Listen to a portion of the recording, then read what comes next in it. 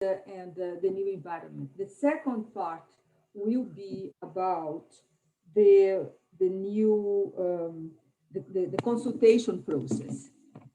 So I am just wondering if, and then, okay, now it's better. And then I was just wondering that during when it comes to the presentation of the site, if I can give the floor to you, and you can navigate with the colleagues through the site.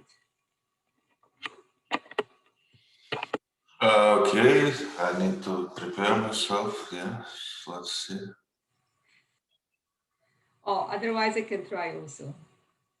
No, whatever you prefer, Carmen.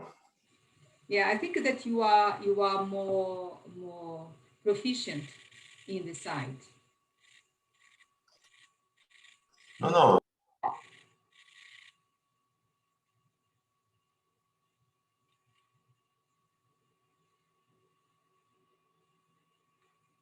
So it's 10-1, and we have 12 participants.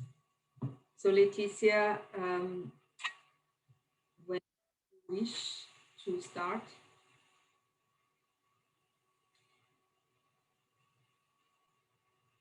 We cannot hear you, Leticia.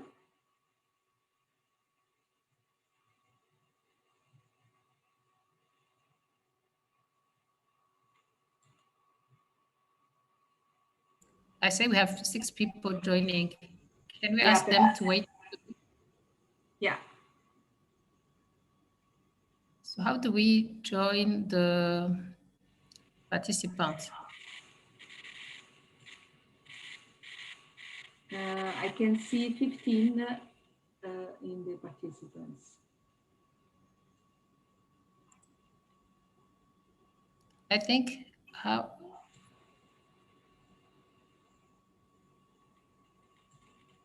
Carmen. Yes. I mean, how do they hear me now? Well, I hear you, so they certainly hear you as well.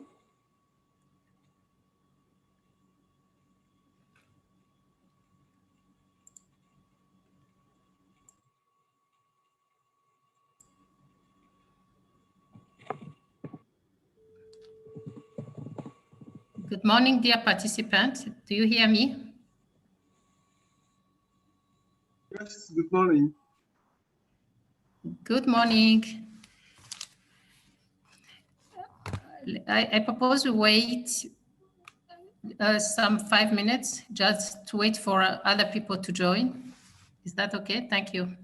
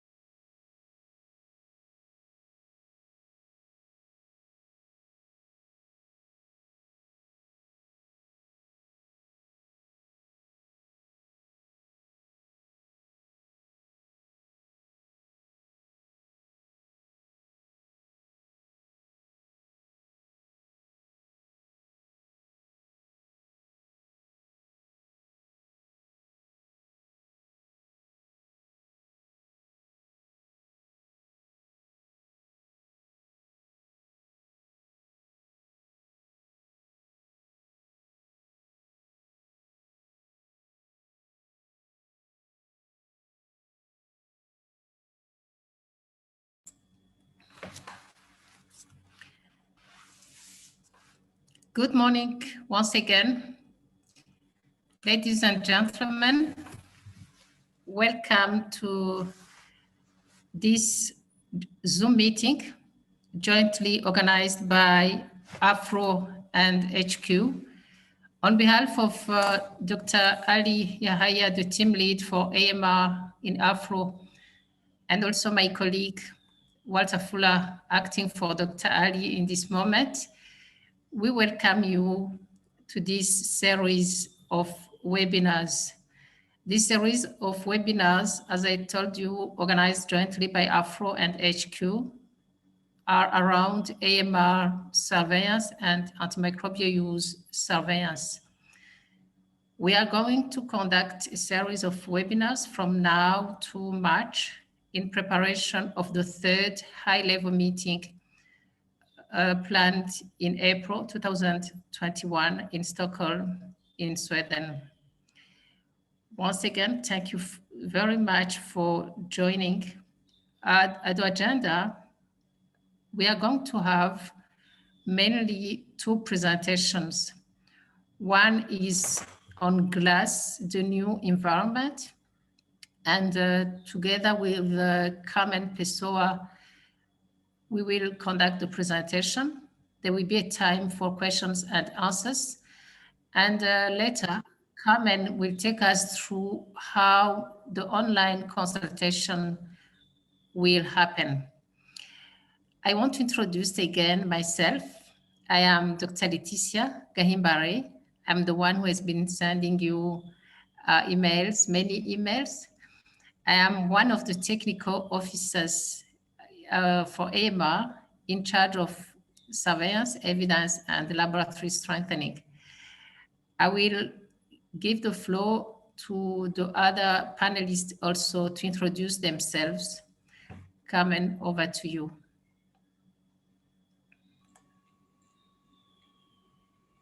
Good morning, colleagues.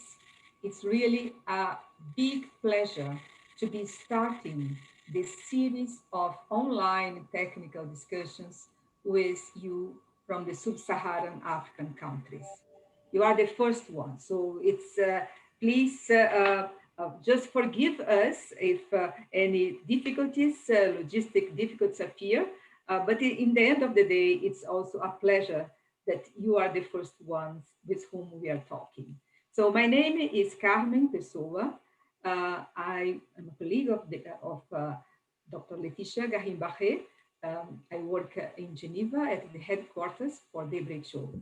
And I coordinate the global antimicrobial resistance and use surveillance system. So today, the coming 1 hour and two and a half, we will be discussing with you what is GLASS today, and also start discussing what would like to have GLASS in the future. So thank you very much. And Laetitia, I give the floor back to you. Thank you, Carmen. I would like also to introduce to you, I would like also Sergey to introduce himself to you. Sergey. Good morning, colleagues. I'm Sergey Ryman, working in the GLASS team in WHO Geneva. Thank you very much, Sergey. I take also this opportunity to thank all the WHO country offices. They were very helpful reaching out to participants, dear colleagues from the country offices. Thank you so much. And I would like also to thank Mauto, the video conference team, and all the people who contributed so that these webinars happen. Without delaying too much, I would start with this first presentation. We will both talk, and Carmen will start, and later I will also join during the course of the presentation. You see the slides, Carmen? Yes. Yes, please. So I think I have the slides. Dear participant, do you see the slides? Hello? Yes. Okay, thank you. So this is the first presentation. Carmen will start, and then later I will join Carmen. Okay, thank you very much, Leticia.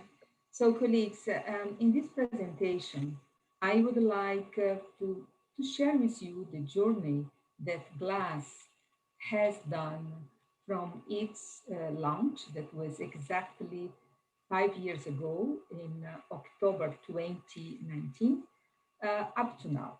And also, this is also to try to, let's say, as an appetizer and to try to open to the question marks that we had after this initial period, this early implementation phase of GLASS. We have learned a lot, but we have also many doubts on how to proceed. So we would really like to, at least in this presentation, we just focus where we are and then what could be next. And in the second presentation, we'll discuss particularly the process for the consultations. The next slide, please. So, as I mentioned, GLASS was launched in 2000. Sorry, Carmen. Yes? Sorry. That Okay, this is the right one. Yes. Please go ahead. The previous slide, please. Previous slide, Leticia. That was the title. Okay. So next. Next is this one. Okay. Okay. So GLASS was issued in 2015, as I mentioned to you, in response to a request to all member states.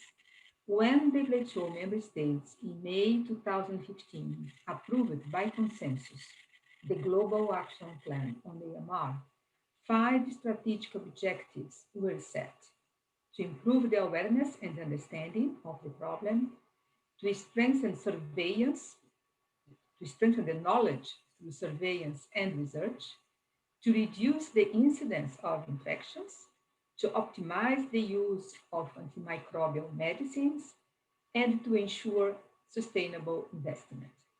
Well, the global antimicrobial resistance and use surveillance exactly tries to address 2 of these objectives, number 2 and number 4.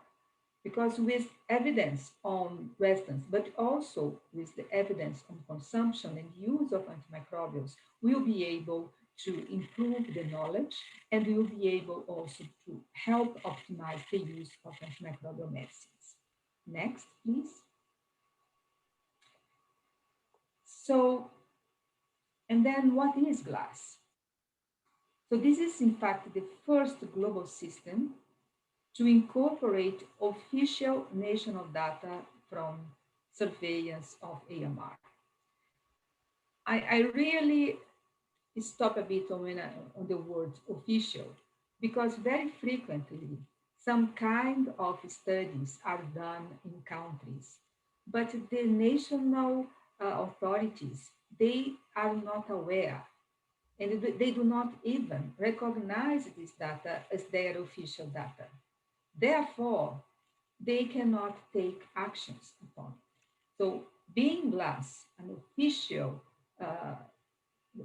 incorporating official national data, this is a way for national authorities to be conscious about their problem and to act upon. And the GLASS does this data collection of official national data through standardized approach for the collection, for the analysis, and also for sharing information on antimicrobial resistance, antimicrobial consumption, and antimicrobial use. GLASS also incorporates a One Health model for AMR surveillance, and I will talk about this towards the end of this presentation. And it also generates data to inform the AMR burden. What is the impact of AMR in humans, but also on the economies? Next, please. In this illustration that you have on your right, we already mentioned that we understand that for the surveillance of AMR and antimicrobial use, we do need to have several components to inform policies. So we do need information about antimicrobial resistance in the food chain, in the environment. Antimicrobial consumption, as I mentioned, is part of the needed data to inform actions. Not only that, there are other types of AMR that are emerging as real public health issues, like the fungal infections, the emergence of antimicrobial resistance in invasive fungal diseases is being more and more a real problem. We are conscious about these complexities from the very beginning, but in order to start in 2015, when GLASS was launched, we decided with countries to start with the component of antibacterial resistance in humans, and then to progressively include other components. So in this presentation, I will exactly show to you this expansion to include other components that are important to inform actions. Next, please. The development of GLASS was not done in an isolated manner. WHO has been collaborating with several partners. So there are the WHO collaborating centers, and these are institutions designated by WHO to help WHO on technical matters. But we have also been collaborating with many international networks and international agencies, partners that are fundamental for promoting antimicrobial resistance and use surveillance globally. But in addition to these technical collaborations with technical groups, collaborating centers or networks, we have from the start collaborated directly with our member states. So we have already had 2 consultations with member states. The first one was in December 2014, exactly to hear from member states on how to design the new global system that was eventually launched in 2015. And then a second consultation, also with member states, in order to hear from them from the very initial phase of implementation about issues that would require improvement. Now, we are walking towards the 3rd member states consultation that is planned for April 2021. And again, to be held in Stockholm, where Sweden has been a major champion and partner with the WHO to support AMR surveillance globally. And this consultation is exactly to take the time to review what we have done over the past 5 years, and then reflect on further development and continue the development and implementation of GLASS. Next. So the journey for the development of our global system, it started actually in 2014 when the WHO published the first global report on antimicrobial resistance surveillance. And that report was just to try to see what was being done and whether there was any AMR surveillance being done in all regions of the world. So this report, it provided a landscape analysis to start designing the global system. And in 2015, with the development of these standards, we officially launched the GLASS standards and system. But it was only in 2016 that we started the enrollment of countries. And since then, starting in 2017 and 18 and also 19, we had the every year we had data calls to collect information from countries. And after each data call, we also provide an annual global report. 2019, we started already the incorporation of other components that we'll show in a minute, but particularly I call attention to the incorporation of the antimicrobial consumption component and some focused surveillance activities. Now, 2020, it's time for revision. As promised to countries, we would review the system after 5 years. And next, please. And now, for this revision, one first step is the online technical discussions that will start from today up to March next year. And the online technical discussions, the feedback, the input that we will receive from you will then inform the consultation meeting in April next year, planned for the time in Stockholm in April 2021. Next, please. So the participation in GLASS is really, we have, upon request from countries, we have designed the system to have a stepwise participation, so that the very first step is the national body commitment that the country will develop the surveillance system and that we will share data with GLASS. We do understand this, that some countries, they do not yet have a network, a surveillance network to start already generating data. And so some countries are still in the phase of developing the infrastructure to start a national surveillance system. So the second step is only about sharing the information on the status of national AMR surveillance system development. And I call attention that some countries may stay some time, even years, in this phase. It's not a problem. I think it's better to plan and to have a good infrastructure and then start, once these core components for surveillance are there, having a national survey, national coordinating center for the surveillance, having at least one national reference lab that would be able to support the clinical labs participating in the surveillance, and having at least one surveillance site. And this is basically a healthcare facility receiving patients. So components, once they are well articulated, well structured, then it's time to start collecting the actual AMR data. And then we come to the next step, that is about sharing AMR data, from at least one surveillance site, including at least one type of infection. So walking through these steps, where are we today in terms of country participation? Next slide, please. So as of today, we have 98 countries participating in GLASS. So what this map shows to you, particularly the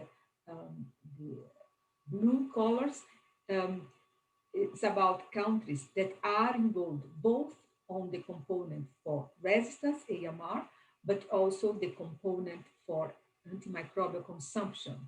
I call attention that the inclusion of the antimicrobial consumption component is very recent, and that's why we have only few countries that are enrolled in both. And then in purple, this is from the very beginning. It was the initial component on antimicrobial resistance. And curiously, we have one country that is enrolled for the time only on the antimicrobial consumption component. And we are looking forward to other countries in the blank areas that will be enrolled in GLASS. You know, the enrollment is happening every week. We have some countries. So already this week, Leticia, we had Togo right? So I did not have the time to update the map, but just to let you know that it is being very dynamic. Next, please. So here it's shown to you the progress in reporting data to GLASS. So as I mentioned, we started the data calls in 2017. So every year from May up to August, we do the GLASS data calls. The first year, we had only 22 countries providing data. The second year, 48 countries providing data. And then the last year in 2019, we had already 66 countries. As you can see, 3 times the number of countries from the start. And also with an incredible increase in the number of surveillance sites participating, as you can see, from the beginning up to 2019, that was the last data call. And then in terms of number of patients involved with suspected infections, you can see that we started with just about 500,000 patients, and now we are above 2 million patients. And the main sites of infections have been urinary tract infection and bloodstream infection. Next, please. So I think that now I would talk to my colleague, Dr. Laetitia Garimbaré, who would be providing some highlights for the progress in AMR surveillance in Afro countries. So Laetitia. Thank you, Carmen. Thank you. I now want to talk a little bit about Afro countries, starting with the enrollment progress since 2016. As you can see, every year we have a new country joining GLASS. Congratulations to our countries. And as of today, we have 26 countries. When I say 26, I am also mentioning Togo, who sent their commitment later yesterday, but we didn't have time to include it. So what you see here are 25 countries. The last bonds are Algeria, Burundi, Benin, Cameroon, and Namibia. About the reporting of information on their national surveillance system and AMR during the last 3 data calls, you can see that the number of countries reporting keeps increasing. However, you could realize that they mostly report on the national surveillance system, which is good. And we have a few countries reporting for AMR rates. For example, out of 19 countries enrolled by the time of the 3rd data call, 15 provided in 2019, 15 provided information on their national surveillance system, and 7 reported on AMR rates. How about establishment of national coordination centers and establishment of national reference lab? On your right, this is my left. On the left, we can see in green that more countries have established their national coordination centers. You can see that in 2017, it was around 13, and it keeps increasing, going over 20% in 2019. On my right, about national reference labs, this is the same. More and more countries have established their national reference laboratories. What about external quality assessment scheme? This is the same picture. We see more and more national laboratories participating in an external quality assessment scheme. And about the AST standards used by countries, most of the countries are using CLSI, we have some countries using UCAST, and in red, we see that some countries are using both UCAST and the CLSI. But most of the, we see that more and more there's an increase in the utilization of AST standards. This is the progress in terms of progress in reporting in Afro countries. We see that we have about 35 sites reporting, and this increased. In 2019, we have almost 100 sites reporting, which is good. And this goes in parallel with the number of patients reported with suspected infection. And as Carmen mentioned before, we have a lot of patients, a lot of samples coming from bloodstream infections and urine tract infection. This is the reported infections by pathogen in Afro countries. Here we talk only about 2018 AMR data. And we have infection from bloodstream, urinary tract, gastroenteric, genital. And this is the pathogens surveyed. And this is the number of patients, etc. But you can see that it is not all pathogens or samples for which AST are done. Those are some data, but those are to be taken with precaution, because if you can see for this Staphylococcus, Penicillium stable beta-lactamase resistant Staphylococcus aureus, this data was collected from 3 countries in 2016, 6 countries in 2017, and 5 countries in 2018. So meaning that, yes, we have data. We have like this one for which in 2018, for which we have resistance varying from 10% to almost 40%. But as I told you, we interpret this with precaution given the number of countries. And also this was done only for when the number of samples was enough to be interpreted.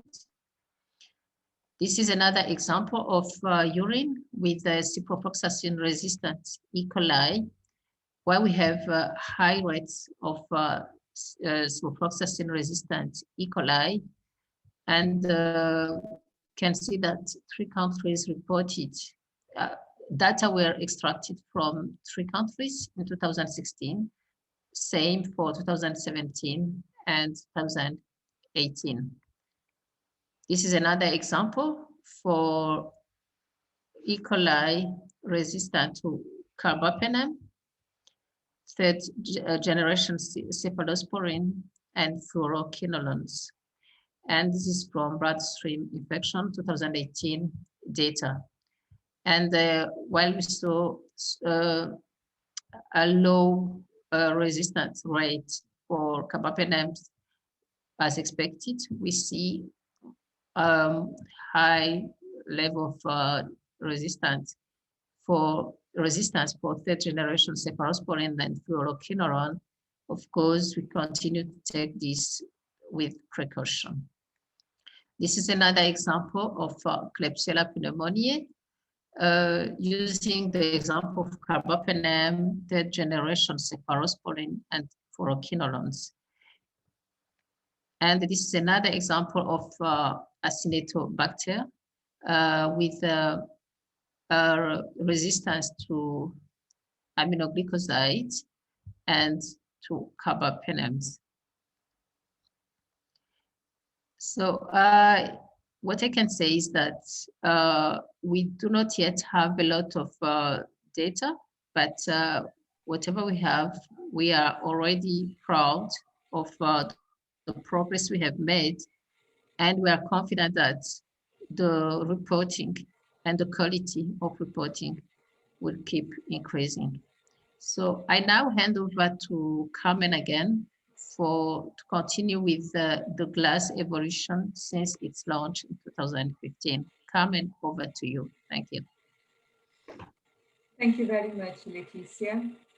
So, colleagues, I mentioned to you that since the launch in 2015, in addition to the initial component of antimicrobial resistance on bacterial pathogens, we have added other components. So this slide illustrates the streams of activities currently in glass.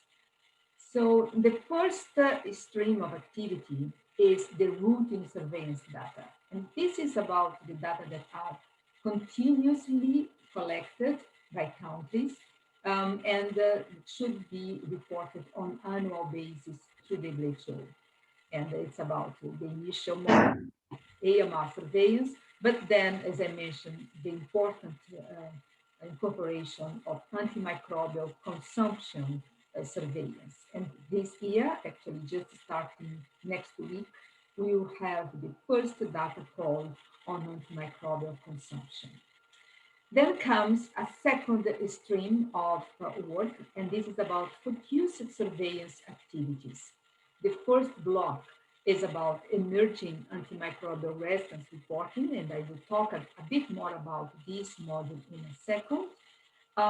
But we have also five other components that are in the initial phase of implementation, such as the enhanced gonorrhea surveillance. GLASS, it does include Neisseria gonorrhea as one of the target pathogens. But this module is not just about collecting the proportion of patients with resistance, but also it looks into information like risk factors, context of the acquisition of antimicrobial resistance gonorrhea. Another special focused surveillance is the one looking at invasive infections caused by Candida species. Specifically, it's about bloodstream infections caused by Candida species. And the reason for that is because we are seeing more and more species of Candida that are basically almost untreatable by the available antifungal medicines.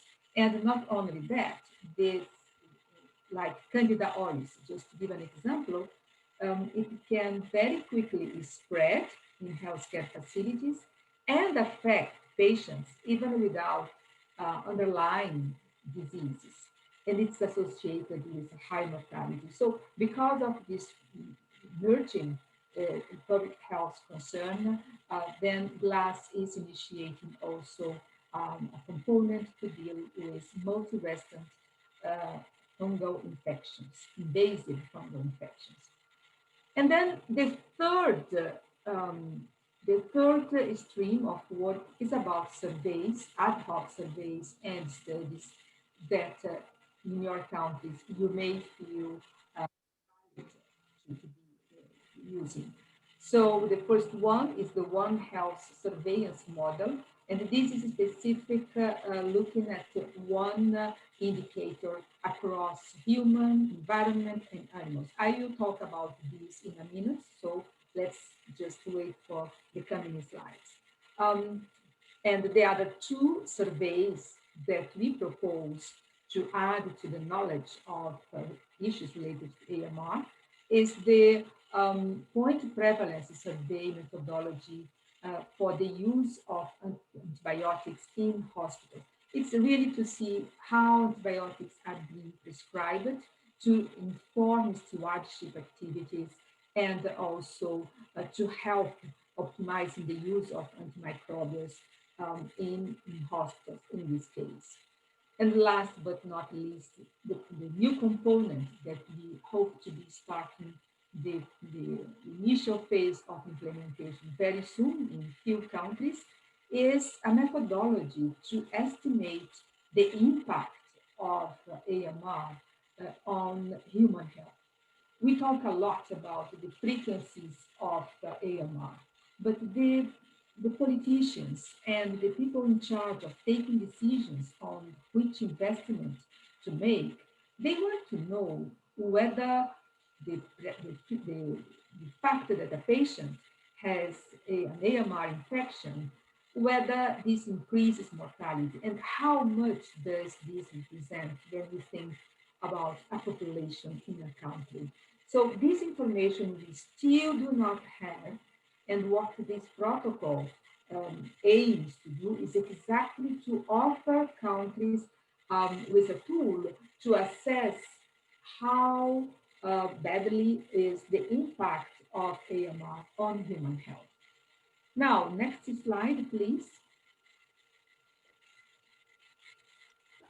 So I mentioned the component of antimicrobial consumption and that this year is the first data call through GLASS.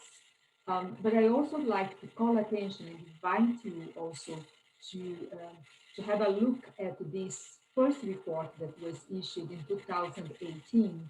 And again, here it was a pilot phase of the GLASS ANC component to the feasibility of application of the methods for gathering information on ANC, but also it provided very interesting information about the consumption of antimicrobials in countries.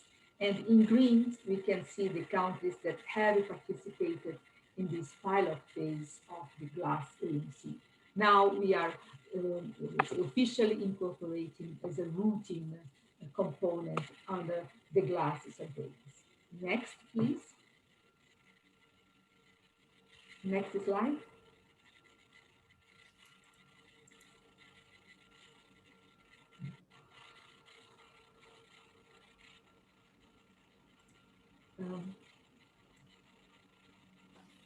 Okay, yes, thank you, Leticia. So I also mentioned to you the component, the GLASS year, which is the emerging AMR reporting. And the reason for that is that, as you can see, we have a list of target pathogens in GLASS. But in addition to that, we may have other pathogens or even novel mechanisms of resistance within even the existing target pathogen in GLASS that either did not exist before in that country or it's emerging rapidly. So GLASS here provides a framework for timely communication of any newly detected AMR findings that may influence surveillance and control practice. So, in examples of this type of let's say, emerging AMR that could be informed through GLASS year is about exceptional phenotypes. Let's say you isolate a pathogen that is resistant to all antibiotics, and or it's something new that you did not have in your country. So it's the GLASS year gives you also tools and the possibility to be discussing how to verify, how to approach this event in a security space. So it's not that it goes public immediately, not at all. It provides you a space for discussing what it means and how to support you in dealing with this event. Another example for countries that are doing analysis, genotypic analysis, you may find new novel resistance genotypes. Again, we could discuss and see the experience of other countries, whether this has been happening in other countries, and whether it is associated with mechanisms of resonance that may have a high public health impact. And then, of course, we also have to be concerned and watchful about pathogens with high potential for spread and health impact. One example, again, I give the example of Candida auris that can rapidly spread in healthcare facilities with high impact in terms of morbidity and mortality. And the last example about pathogens that shows serious challenges in laboratory detection and surveillance. What is this about? For instance, I will give the example of colistin resistance. It is very difficult to really, in a routine lab, to have certitude about the susceptibility for colistin. And once through the routine methods, you may find a pathogen that is resistant to colistin, then it may require further analysis to really verify if this pathogen is in fact resistant to colistin, and that if so, what are the types of let's say, interventions that are needed. So GLASS here, it's about reporting timely, but it's also about providing support to countries on how to deal with the event. Next, please. Then the other components that I mentioned to you the tricycle, the One Health component. And what is this about? This is the first illustration that you have on the left, and this is the global tricycle surveillance that looks at one indicator that is very common in the environment, in animals, and in humans. And this is the extended spectrum beta-lactamases Escherichia coli. Normally, this type of resistance is associated with resistance to third-generation cephalosporins. So in the case of the tricycle surveillance, in terms of the animal group, we target poultry. And then in the environment, it can be water, sewage, and water from rivers. And then in humans, we look at colonization, so the carrier state, as well as infection. And in this case, we look in terms of bloodstream infection. But then about the other components that compose the new GLASS environment, for each of these components, you can have more detailed information through the technical documents that we show in this slide. So for the GLASS fungi, for the protocol for estimating AMR, attributable mortality, and then the protocol on the point prevalence surveys for antibiotics. So you can find all these documents through our website, and the link is provided to you on these slides. Next, please.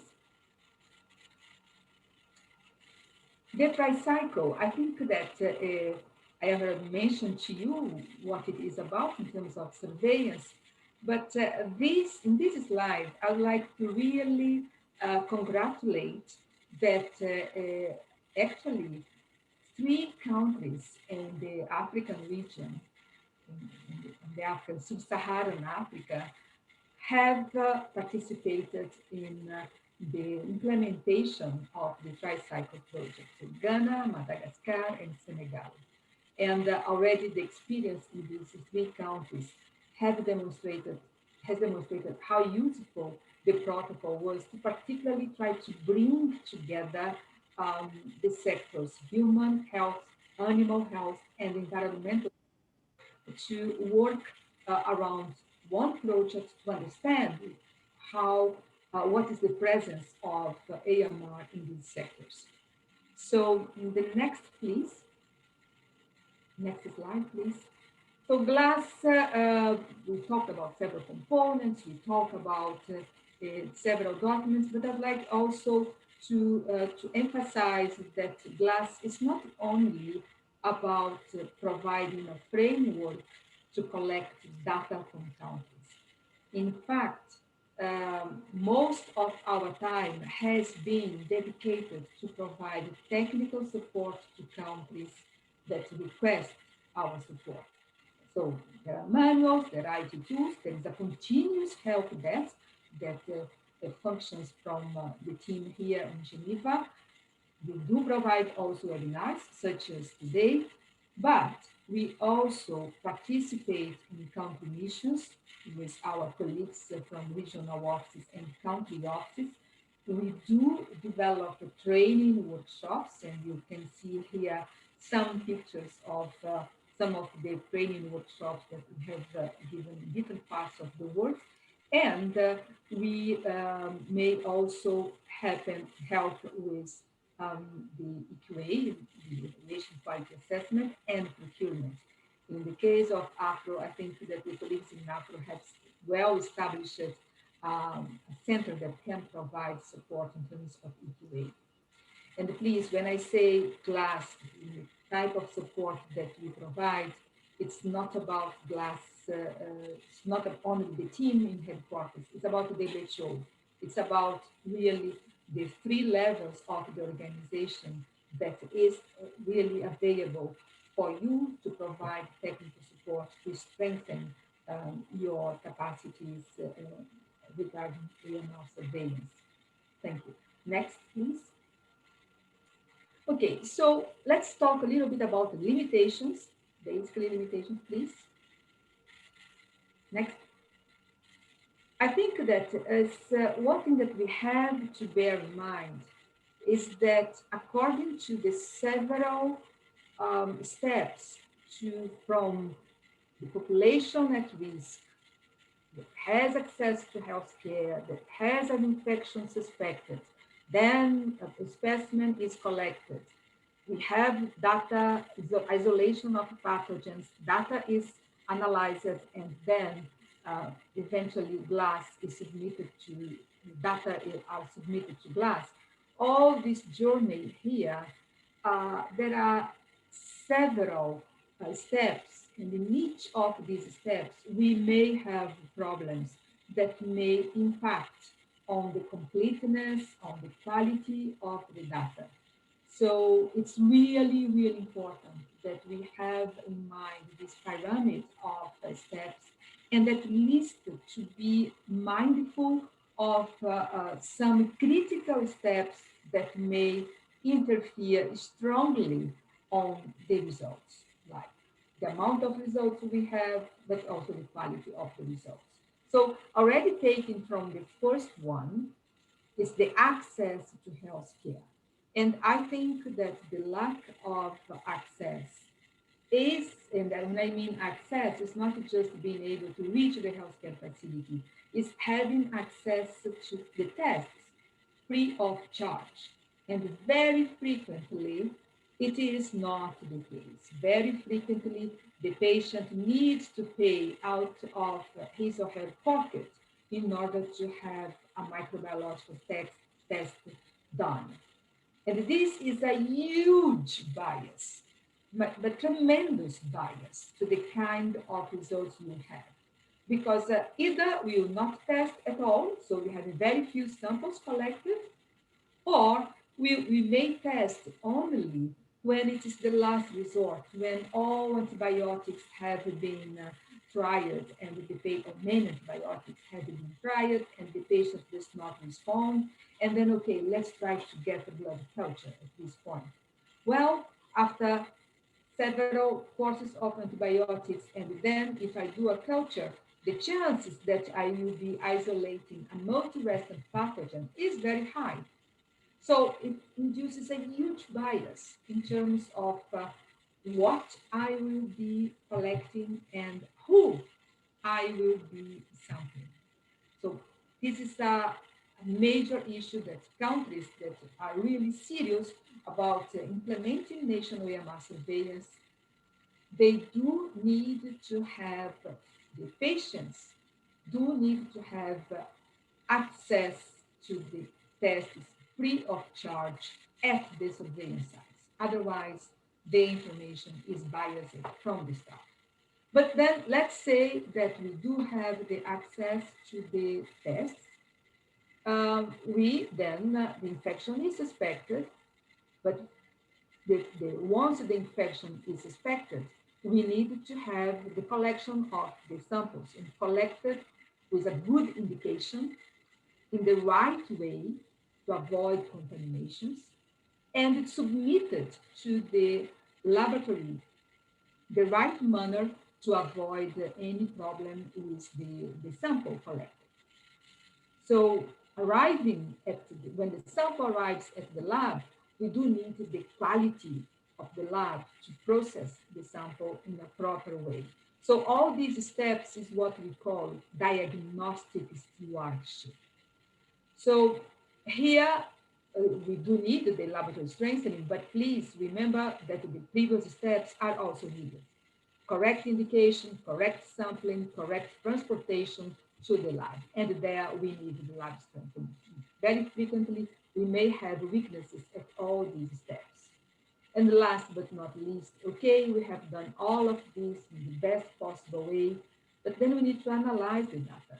We need to remove the false positive, we need to remove duplicated results, and then we have something that we can summarize and then report to, first of all, to the hospital, second, to the national authorities, and then lastly, to GLASS. So this slide, I know that it's a bit dense, but if anything else out of this conversation you forget, please have this pyramid as something that we need all to improve each of these steps to achieve good quality data. Next, please. So just now to conclude this presentation, please, next.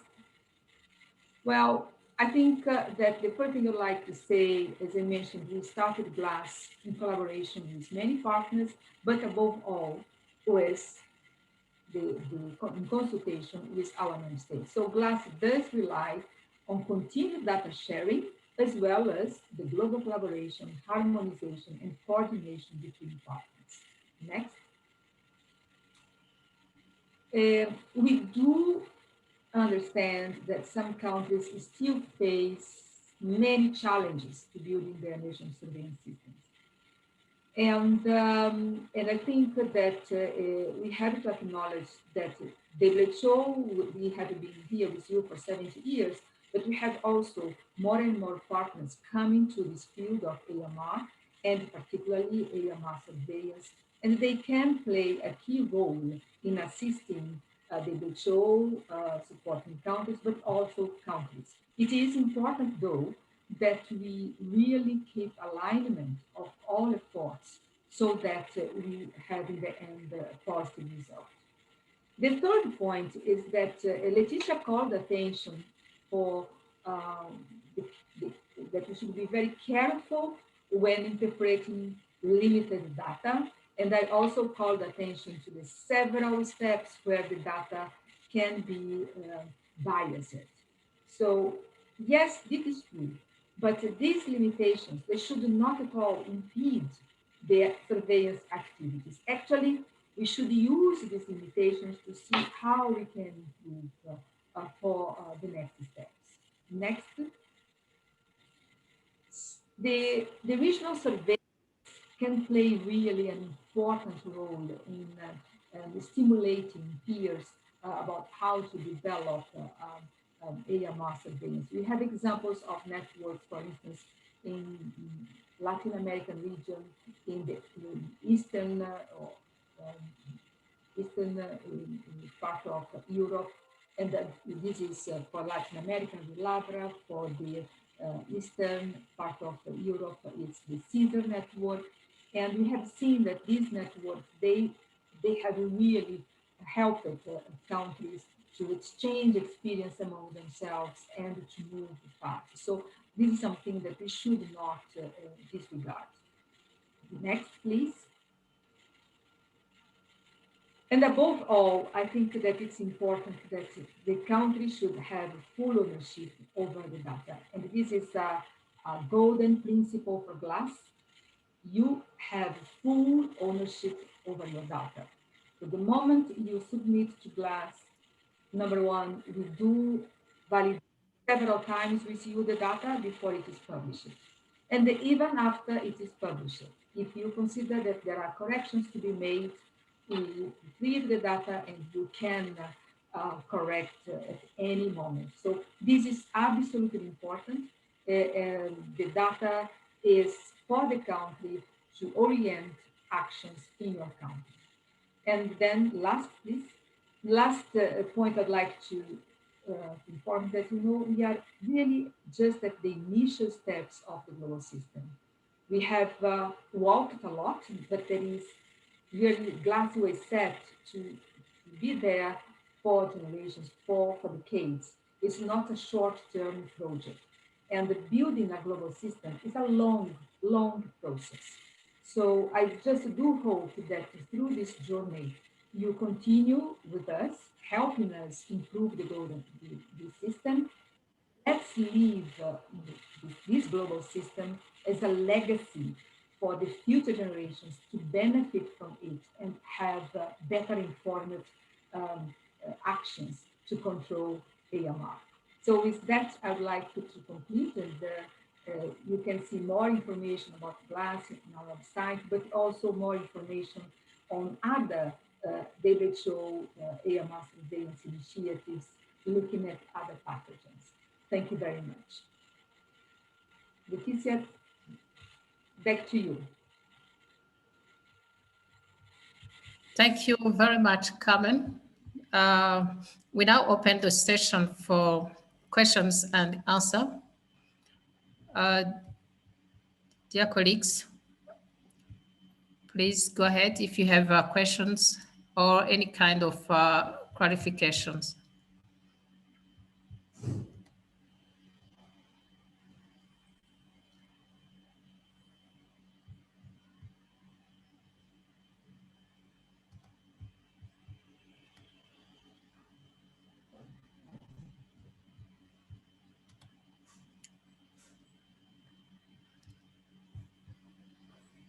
Hello, do you have questions?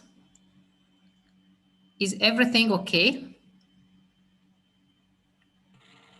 Leticia, perhaps we have about, let's see here, 25 attendants from countries. Should we Sorry? We have 25 participants from countries attending this call. Just to break, as an icebreaker, should we ask each one just to show the face or say hello, and then we can continue? What about that? Yes, sure. Okay. Hello. Rick, can you show your face, please? We'd like to greet you. Oh. I have here the list on the alphabetical order. If you wish, I can start calling one by one. Yes. So we have Please. Angela Akon. Angela, hello.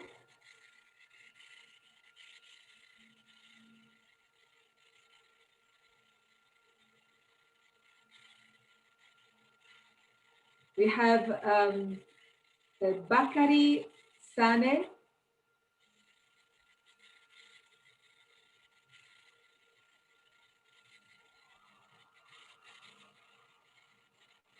Hello, good morning, good afternoon. I don't know if they are listening. So perhaps why those who can, let's switch on the camera, at least we see each other. It's already so, let's say, sad somehow that we cannot make face-to-face meetings, but at least have the face-to-face through this screen. Oh, nice. It's interesting because hello. Oh. Okay.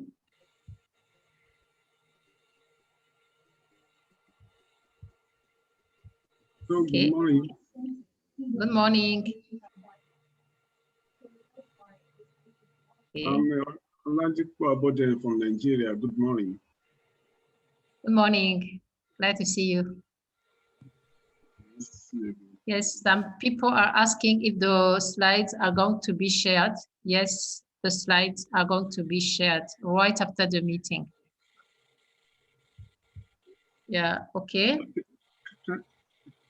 Can I ask a question? Yes, please. Okay. Yes, I like the idea that now we have other new features on the glass. I'm speaking from Nigeria.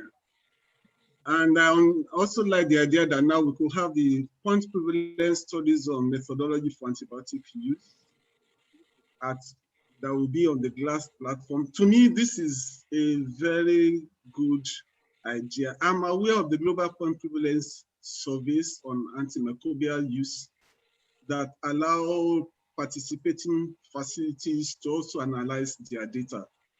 Because last year, supported by WHO in Nigeria, we conducted point prevalence survey of antibiotic use in all the hospitals in one of the states, in my state, in Nigeria. That's the first time we have a statewide point prevalence survey. We finished the survey, so we had to fall back on Excel spreadsheets to do analysis. So I hope that this new feature will allow us to do a kind of automatic analysis, just as it done global point prevalence survey, that we could also use the platform in GLASS to analyze our PPS data. So I would like to find out. Thank you very much for the contribution. Yeah, we have also colleagues working with antimicrobial use surveillance. I'm sure they will be glad also to help you with those analysis. Please feel free to reach out to the country office, and then you will get all the help needed. Thank you very much for your contribution. Any other contribution, please?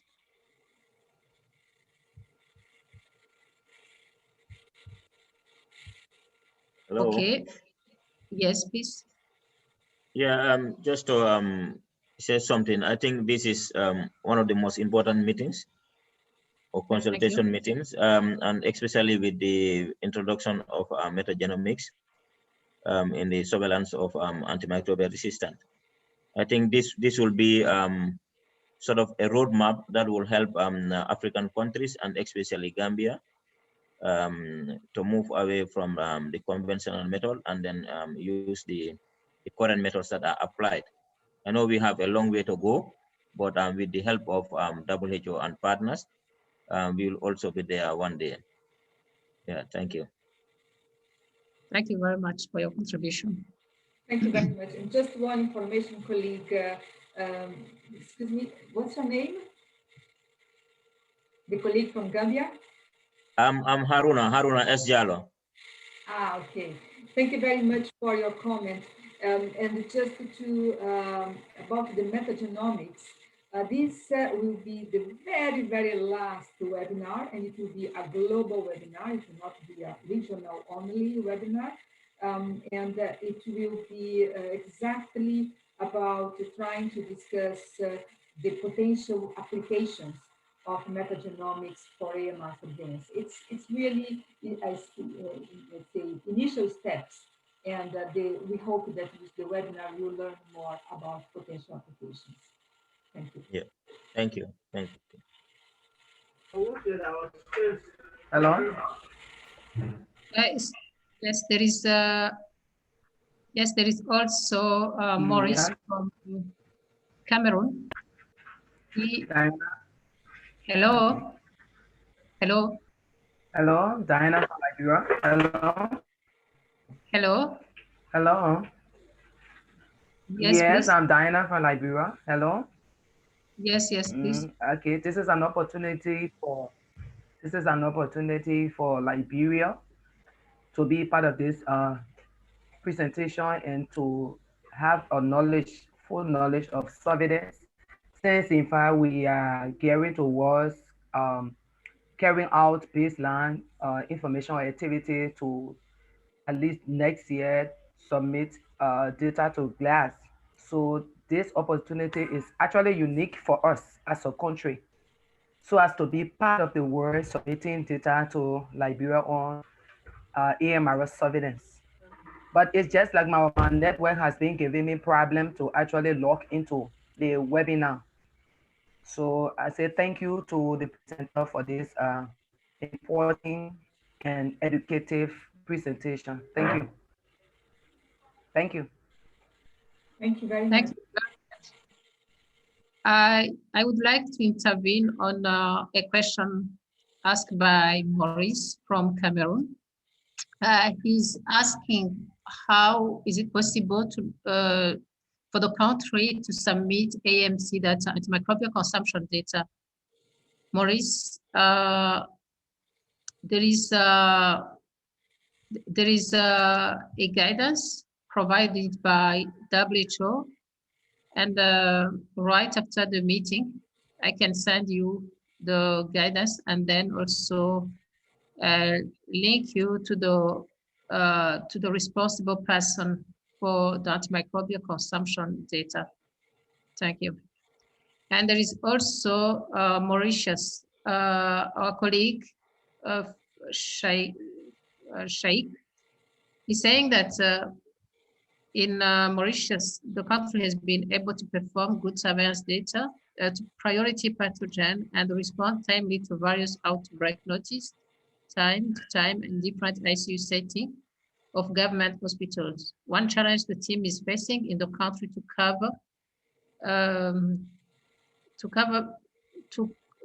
convert paper-based data to digitized system.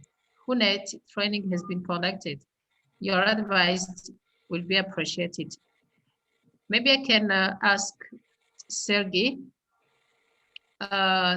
Sergey, are you there? Hello, Sergey. Yes, I'm here. Yes. Could you answer to Mauritius? Yeah, Well, I can provide now just a generic answer that, of course, the paper-based data should be in the past. It's absolutely inconvenient and unproductive, and it takes even more time than using any modern IT tools.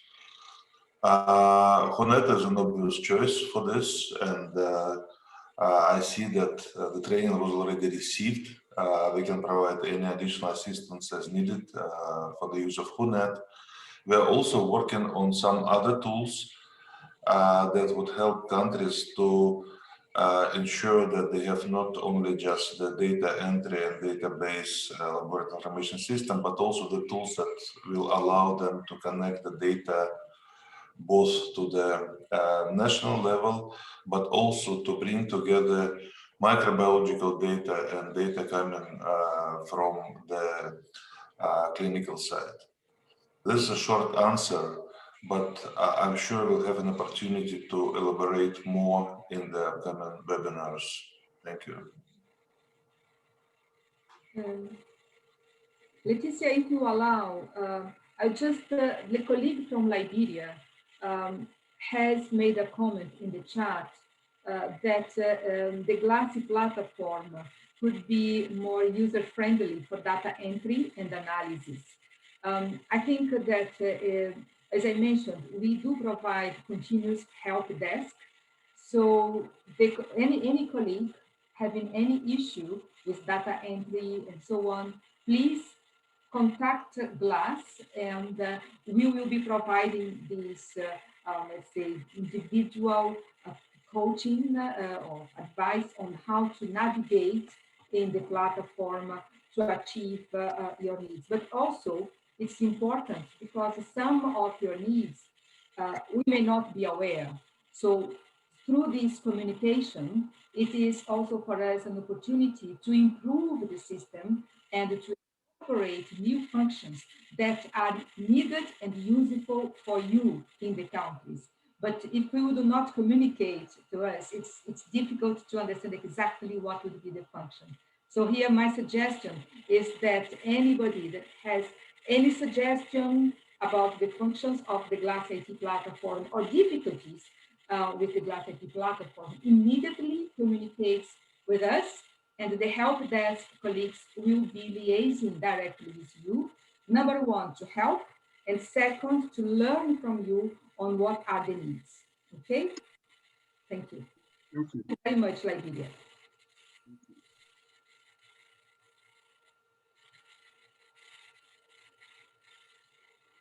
Leticia, you are muted. Sorry, I was muted. So I was saying that we thank you for your contributions and your questions. And of course, all the answers got from my colleagues, Carmen and Sege. We now move to the second presentation, which is more shorter than the initial one, which is about the process of online discussions. So I will hand over to Carmen, who will be talking about how those online consultations will be conducted. Carmen, over to you. Thank you. Thank you very much. Yeah, and I will also at some point ask the help of my colleague, Sergei Yeremin. But let's then get started, Leticia, with the slides, please.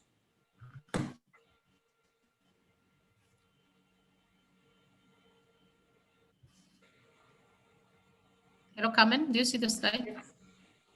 No, not yet. Oh, sorry. I think I have the slides here. I can also post them if you wish. No, I need to. I'm looking at. Excuse participant. Do you see the slides? I don't think so. Not yet. No. Not yet, huh? No. Oh, this is technology. No. Let me try to fix it. Can I try? I maybe okay. From here.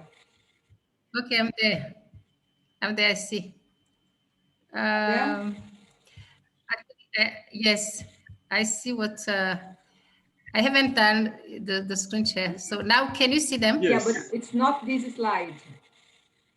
Yes, this is the slide. Yeah, the first one is this one.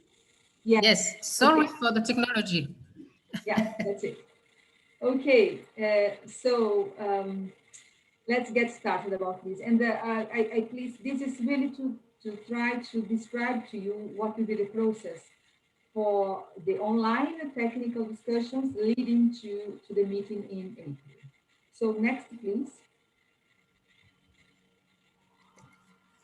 So I have already shown this slide to you, but it's just to say that, again, to emphasize that this is the moment to review GLASS and outline the next steps. And we do need your input through this process. Then in the next slide, please.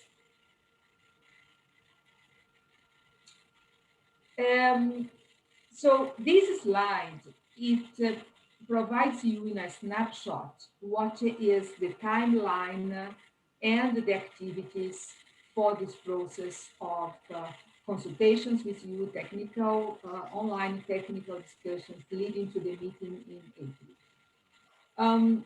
I'd like to start actually already saying about the third level technical consultation on surveillance of antimicrobial resistance and use that is planned for the end of April 2021 in Stockholm, that this meeting has been, it is co-sponsored by Republic of Korea and Sweden. And Sweden is hosting the meeting. And they have, the two countries have then invited all countries that were enrolled in GLASS by the time they concluded the letter of invitation and signed the letter of invitation. And this, I think it was about August this year. So countries that were enrolled by July, August, they were the ones included in the list of countries to whom the official letter of invitation should be sent um, to participate in the meeting in Stockholm. But this was about more or less 22 countries only, in the 22 countries, and there were others in the process of enrollment. So in the end of the day, grosso modo, we had about 100 countries, just below 100 countries, to whom the letter of invitation was sent. So with that, you can see that this is about half, only half of the WHO member states that were enrolled in GLASS and that received the official invitation for the meeting in Stockholm. But our wish was to have the input from all countries. And that is why this, in order to inform the decisions to be made um, in this meeting in April next year, we decided to have a process of online technical discussions with all countries, so that based on the results of these technical discussions, we'll be able to then summarize the input to inform the actual meeting in April. So the online technical discussions, they are planned from October to March 2021. And they are composed of webinars, review of the GLASS documents by the country, yourselves, having also a discussion forum that is open throughout this period. So you may have questions today during the webinar, but there may be other questions that you may think of after the webinar. Please communicate with us. So this is important because then you'll be able to really capture as much as possible your input. And particularly in terms of input, we have selected only five GLASS documents. So do not be scared when we say review of GLASS documents. It does not mean all GLASS documents, just five. But this feedback is important because then before the meeting, we'll be analyzing this feedback and also other input that we may receive. And then we'll be concluding key documents that will summarize all this wisdom gathered during this process from October 2020 to March 2021, and then bring to the meeting in April. So this is the dynamics that we have conceived for the GLASS consultation activities. Next, please. So the aim of the GLASS consultations, including both the online and the actual meeting in April, is really to move forward with further development and implementation of the global antimicrobial resistance and EU surveillance system. And specifically about the online technical discussions and the meeting, we would like to really provide an opportunity for the broad discussion and inform the next steps of the consultation, of the consolidation of the global system. Next, please.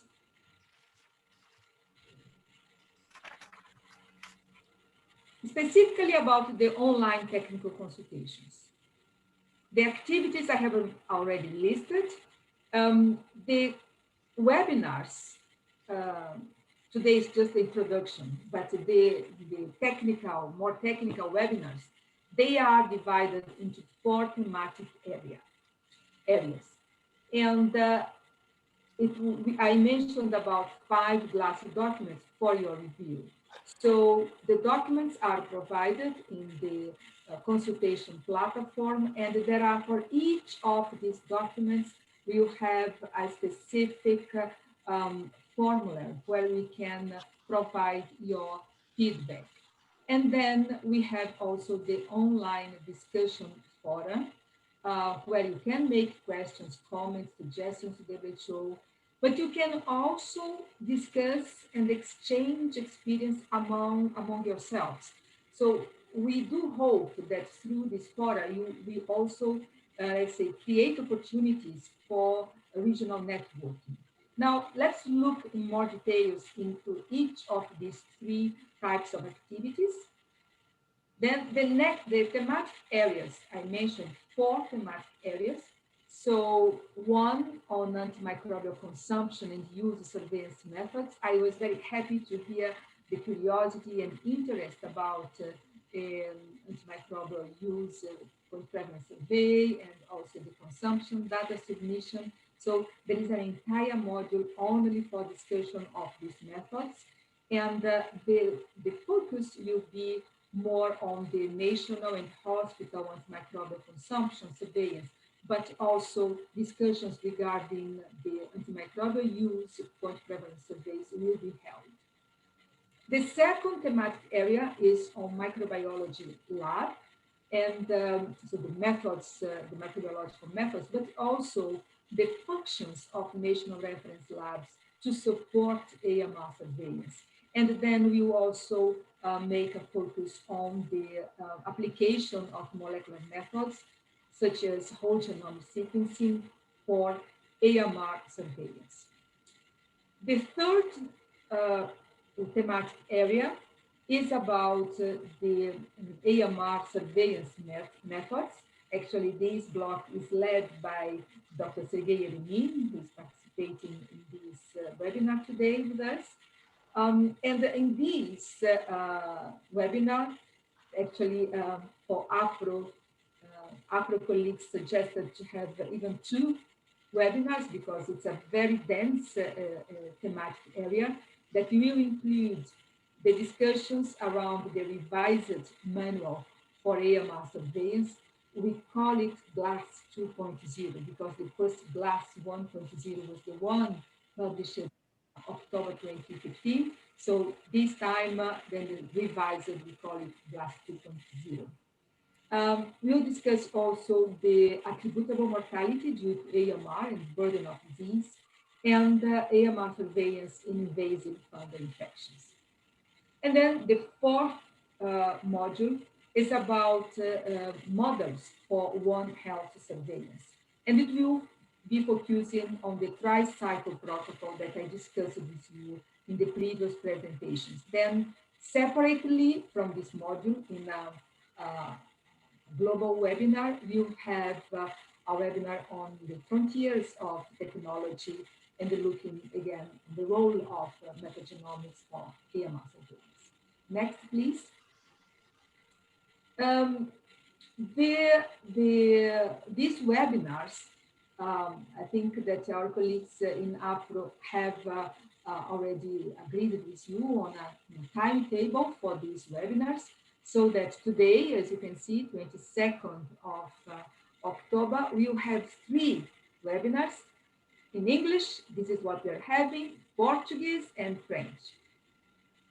And, but please do not get used to that. It's just for this introductory webinar that we are doing the 3 languages, but for the other more thematic areas webinars, we'll have mainly sometimes 2 webinars like this one for consumption and use, that we have English with Portuguese translation, simultaneous, and a second one in French with Portuguese translation. For the microbiology lab methods, we'll have in English and French, also with Portuguese translation. And next, please. Next. And then for the AMR surveillance methods, it will be, in fact, in 2 blocks. So the first block will be dealing with the GLASS 2.0 and data representativeness and sampling. This will be 1 webinar in English with simultaneous translation French and Portuguese. And the second part of this thematic area will be dealing with AMR attributable mortality and burden, and AMR in invasive fungal infections. And again, it will be in English with simultaneous translation for French and Portuguese. The last block, which is the tri-cycle, there will be two presentations, one in English and the other one in French, both with translation to Portuguese. As I mentioned, the metagenomics, it will be in February. So we are deciding the date and we will inform you shortly. Next, please. Next. Oh, so I think there are some slides missing. This is not the latest, but there is a problem here with this slide. So this slide about the glass platform, but Leticia, I think there is another slide. If I can please show, if you can stop sharing your screen, and I will share here.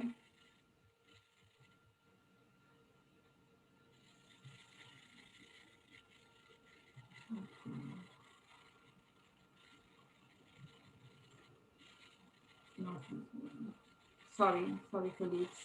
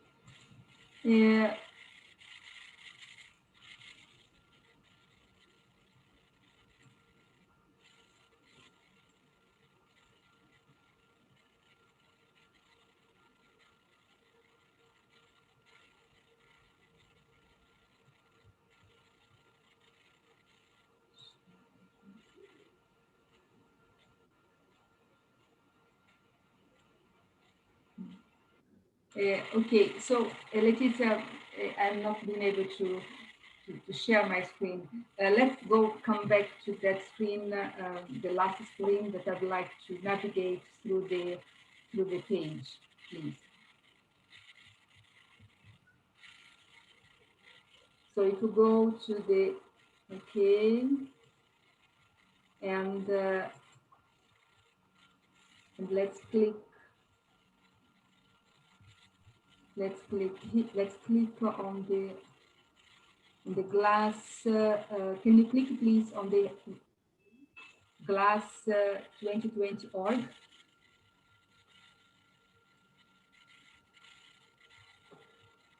So that we can navigate to the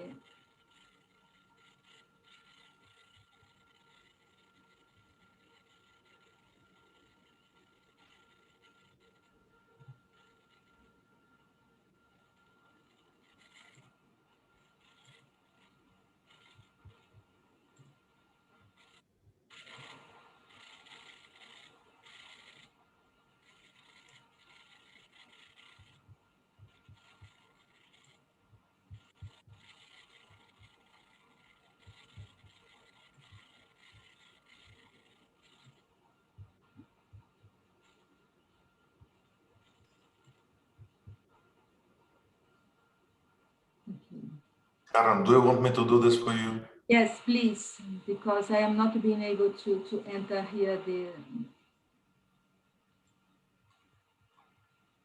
If you stop sharing, I can. Stop sharing, yes. Okay.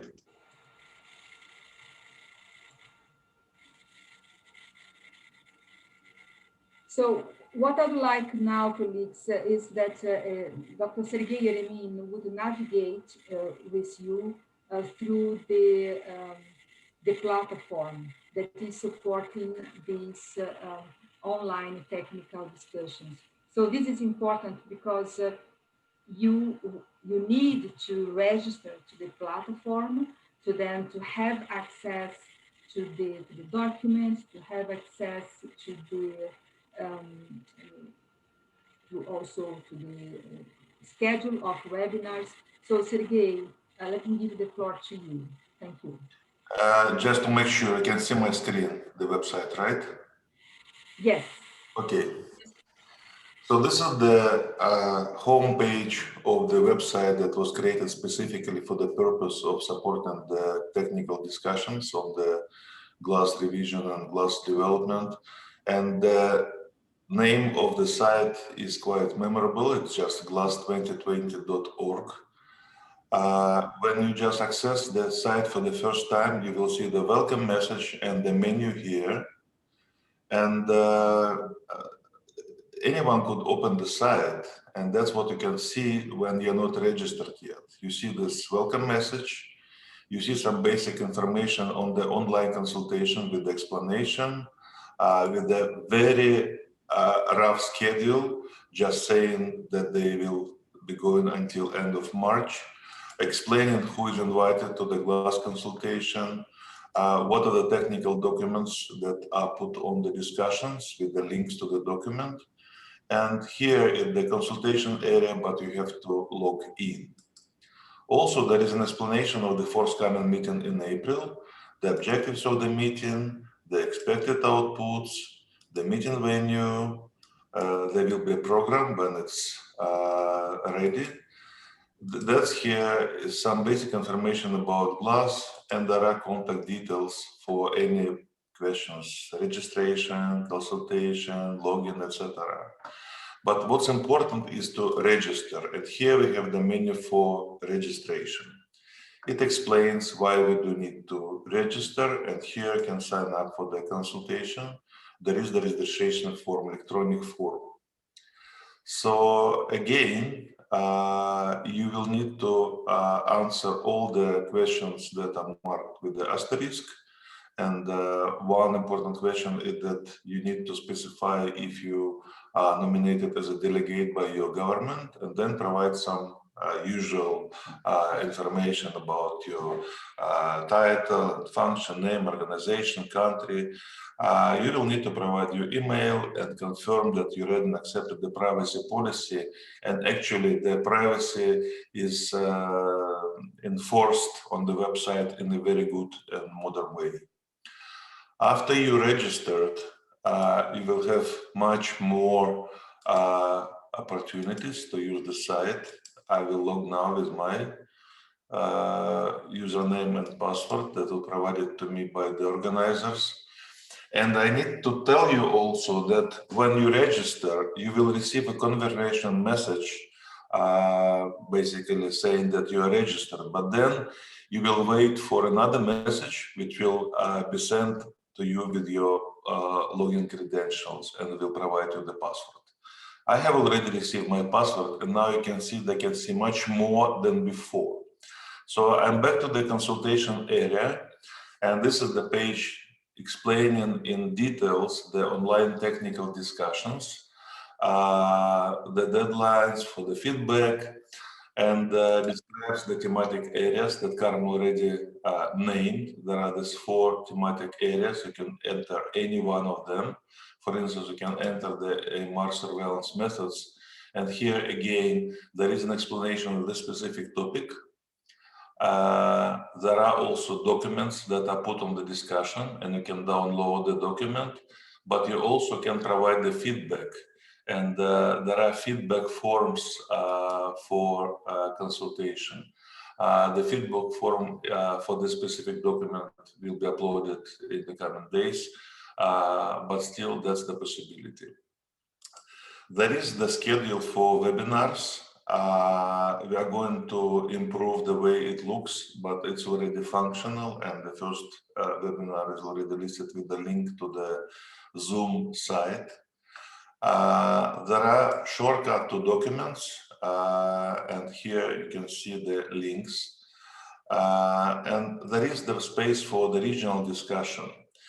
As I am a member of GLASS Secretariat, the view of my site is somewhat different from what you can see, but here you can see specifically the discussion forum for the region, and you can enter your comments to start the web chats, as you may probably have experienced on different social networks and discussion platforms.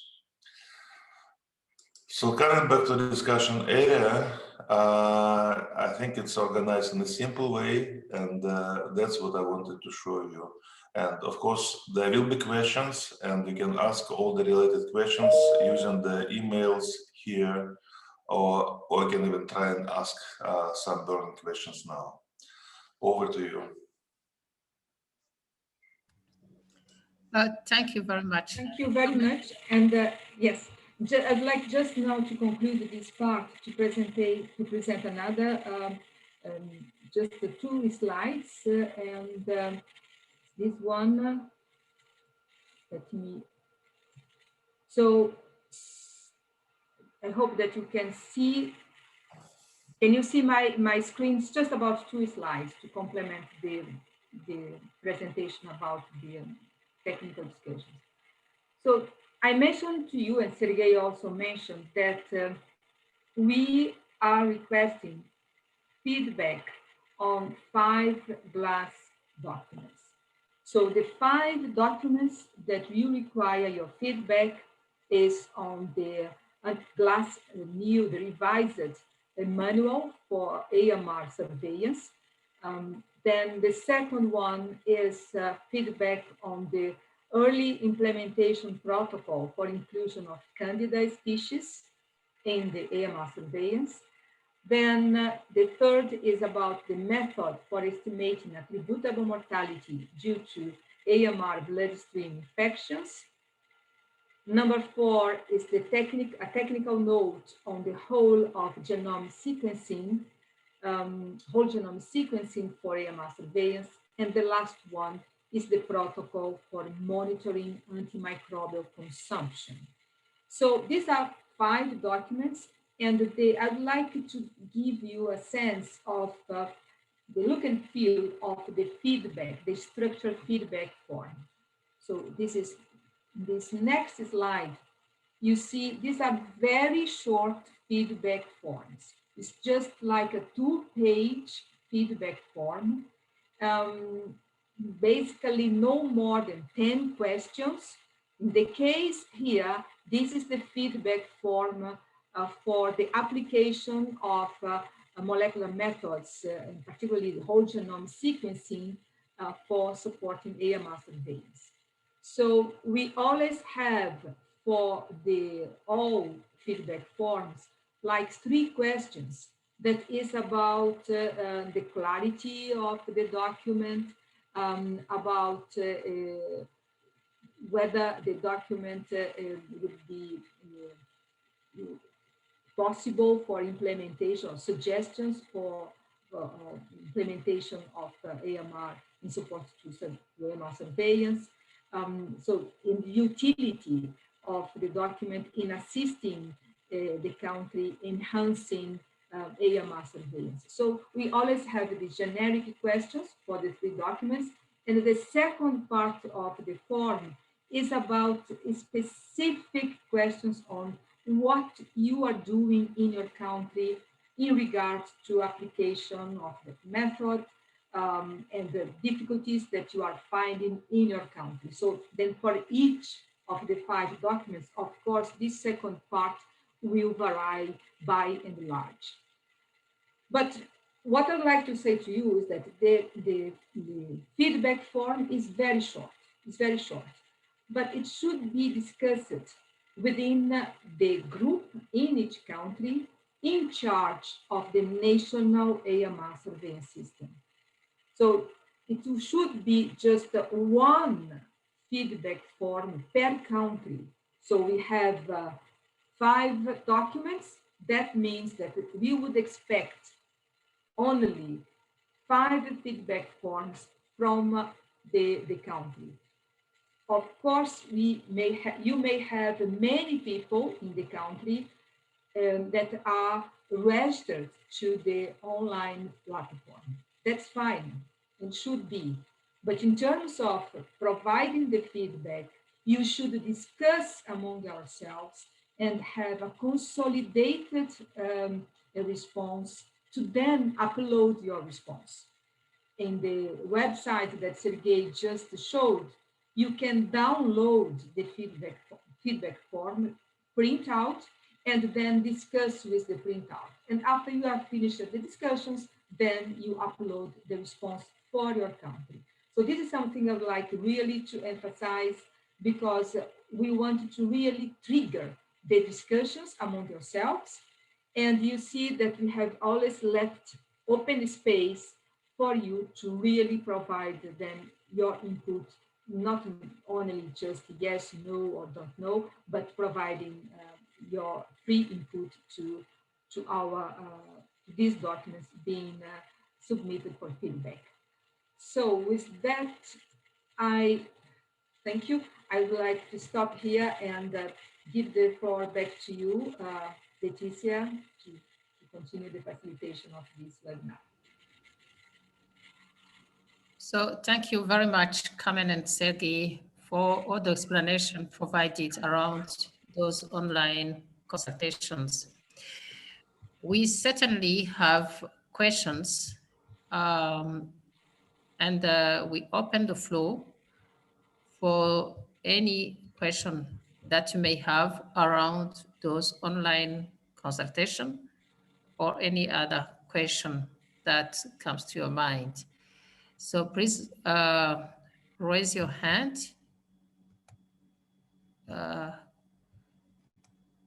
Yes, please. Go ahead and ask your question.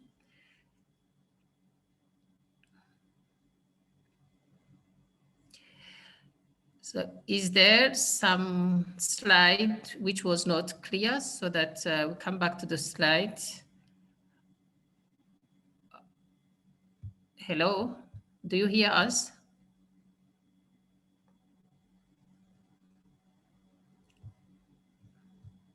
Hello?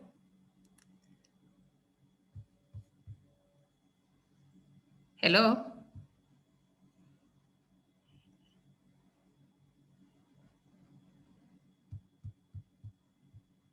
Hello? Ah, okay. Okay, so there are some people. Okay, so I saw a hand from Dr. Larry Ziras from Uganda. Please, Larry, go ahead and ask your question.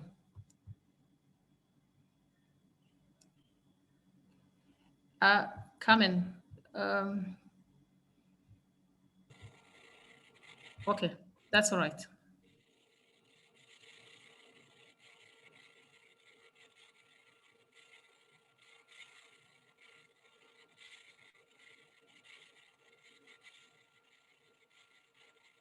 I see that some colleagues are having difficulties in switching on the audio. So in case, you may also type in the chat your question, and we'll try to answer.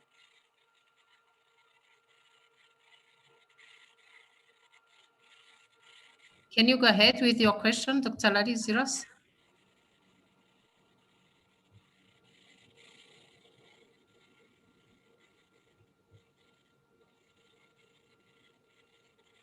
So in the meantime, while we are getting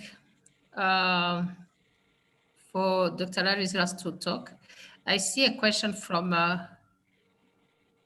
Walter Firmino. He's asking if the registration requires to be nominated by the government.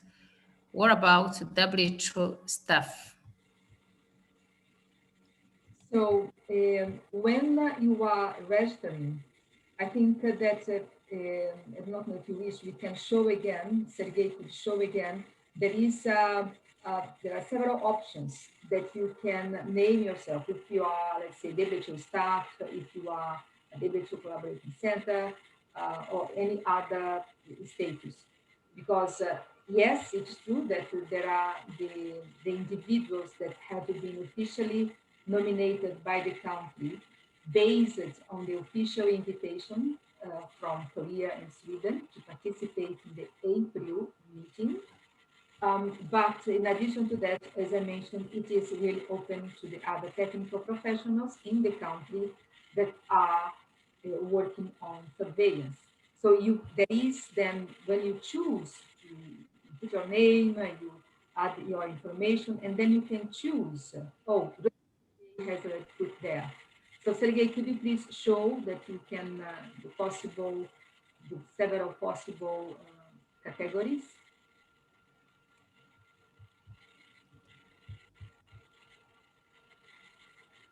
Sergey, can you show? Can you see my screen? Yes. Yes. So yes, so you see there is a first question asking if you are nominated as a delegate, and basically the options are simple, yes or no. But then you can indicate here, but also you can indicate your function and what is your role. And there are several roles. You can be member state delegate with specific responsibilities on antimicrobial resistant policy or surveillance or antimicrobial consumption surveillance. You can also indicate other if you are still member state delegate. But then you can also choose the other options. It could be WHO staff, of course, but also it could be nominated as a stakeholder. That's the available categories here.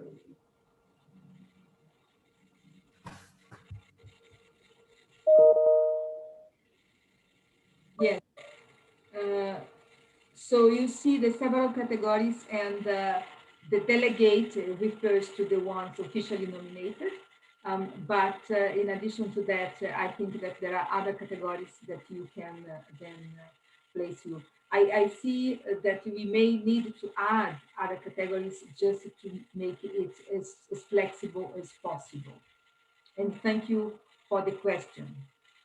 You know, the site went live yesterday evening, and we are also receiving already some suggestions for improvements. So in the coming days, there may be additional improvements. What is important in any case is that you register. Hello. Yes, please. Yeah, with the options, I know you said you are going to add some other categories there, but as if you have a private private organization or an individual want to attend such activity privately, yes, and do you necessarily need to fix it there, or you only have to be nominated by the government to be able to participate in such activities? Excuse me, could you repeat your question, please? The sound was What not... I'm saying, I said with the categories that are there, it seems you have to be only working with a government institution or to be nominated by the government as an institution. If you are under any institution within the government, I said even if you are within the government and you are not nominated, is there any chance of you attending such activities, or maybe a private company that is dealing with something that have to do with the usage of antibiotics or antibiotic resistance? Well, the consultation is really primarily targeted at for the national authorities, being an official delegate or not, but for the national authorities. So I think that in case we have other let's say, actors, and this is about stakeholders, it should be then using the function of stakeholder. So you can still register, but it must be defined according to the category. If I may add, Carmen, Yes, please. The formal assessment forum is intended for official delegates, but there is the discussion forum where you could ask questions and add your comments, including the documents as well. So there is a discussion forum for stakeholders and people that are not nominated official delegates. So we can distinguish the official response from the national authorities with the responses given by professionals and other organizations. Over. So the bottom line is that, yes, you can register, but not as a delegate, an officially nominated delegate from the member state.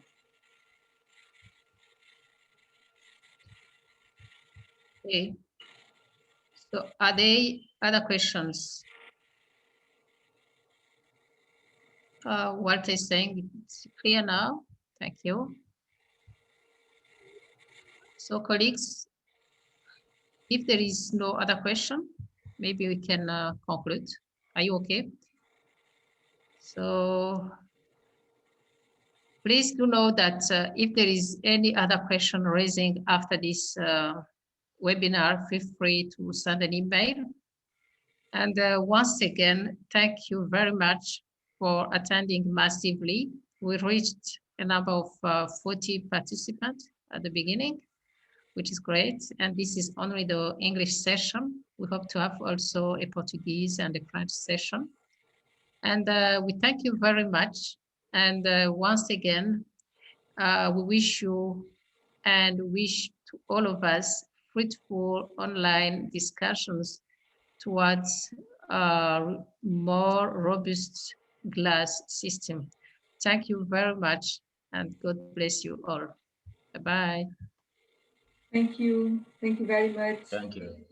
Thank you. Thank you. Thank you very Bye. much. Bye-bye. Bye-bye.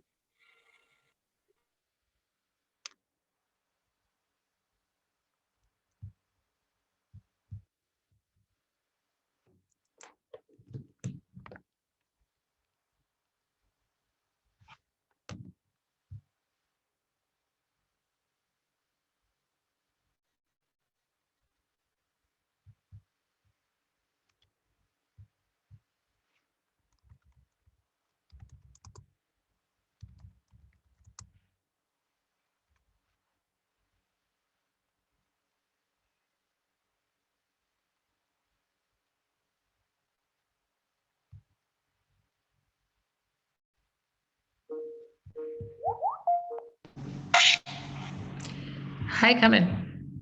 Salut, ma belle. Alors, comment c'était?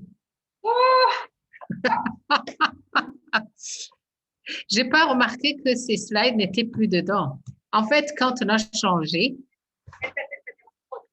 quand on a coupé la présentation en deux, je n'ai pas réalisé que ça manquait alors que c'était un élément essentiel. Juste une chose. Il faut mettre en mute les sons. On ne peut pas arrêter. On doit laisser mais en mute. Ah, pour moi. Oui, les sons, parce que là, on est